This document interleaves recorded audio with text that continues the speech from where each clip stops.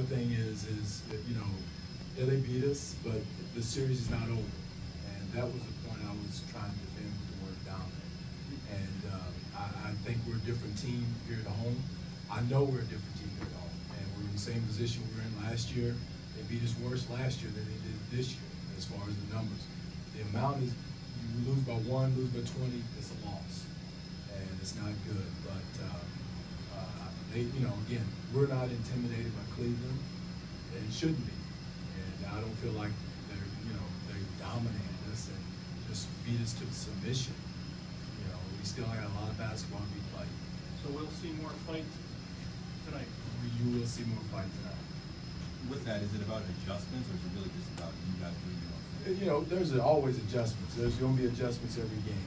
I mean, that's part of the series.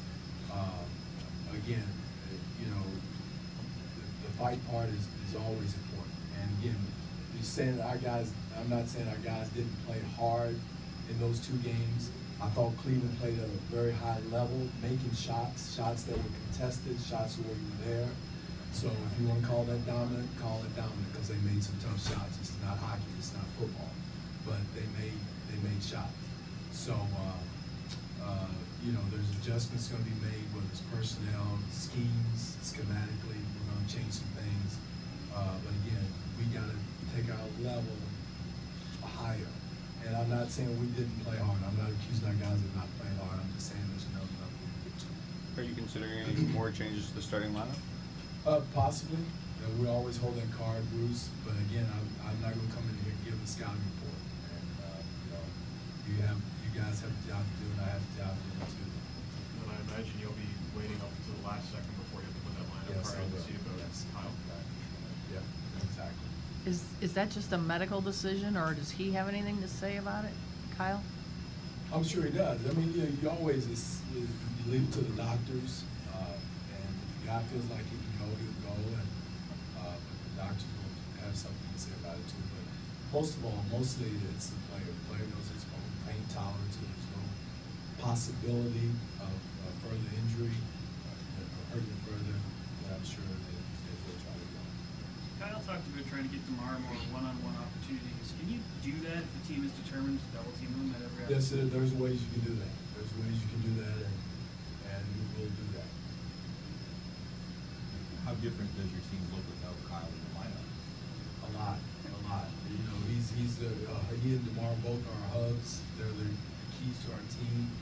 I said it earlier, the way they go is the way we go, and you know, we're a different team. So, you know, but again, I have all the confidence in Corey Joseph. You know, Corey had a big game the other night, and very capable. But like I said, of all the players on our team, he's won a championship. You know, he knows how hard it is, you know, to win a championship, and so he's very capable if Kyle can't go. You look at some of the other series. I mean, I don't know if you watched the Boston and the Wizards game last night. How heated that got.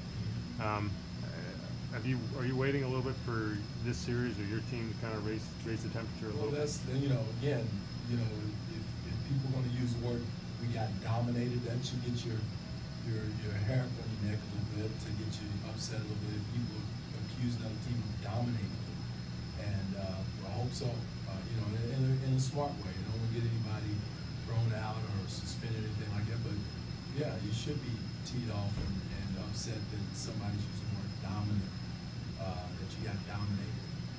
On that same thing, a lot has been made the last couple of days, the off days, about LeBron spinning the ball, and put that together with some of the other plays. Along with that too, the word dominant, that play, going off, having a beer on the sideline, all those things should get you upset to compete, not to compete, but to make it a physical contest. Do you get DeRozan looked like his body language just didn't look good the other night. Do you think it'll be totally changed when he gets in the energy in this building? I think so. You know, DeMar's had games like that before and bounced back. You know, again, they did a good job. They did a good job, and like Scott was saying, we got to do a better job. I got to do a better job of getting him balls in areas where he doesn't have extra bodies around. You know, Cleveland has something to say about that, but again, he's got to make sure he vaults up and change the body language, change his, his, play with more athleticism in those situations, and he's done that, and against other good defenders in this league. What are they doing to take away your 3-point shooting? Are they? They're doing different things. They're doing different things, and but again, I'm gonna say this: it's nothing we haven't seen before. And our 3-point shooters have to be ready to take them, and because there's a lot of opportunities there that we're turning down, and it's making it look like they're taking them away, but we have opportunities to take them. Is part of that the mindset from the last series where there was such an emphasis on getting the ball to the weak side, and the guys want to get the best shot possible, and now you sort of have to accept a good shot instead of a great shot? Like, does that come from There's some of that to that, Eric. Some of that to that.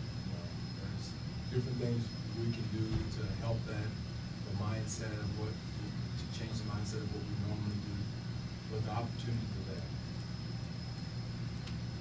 Thank you. Thanks, Brian. Thank you, Dwayne.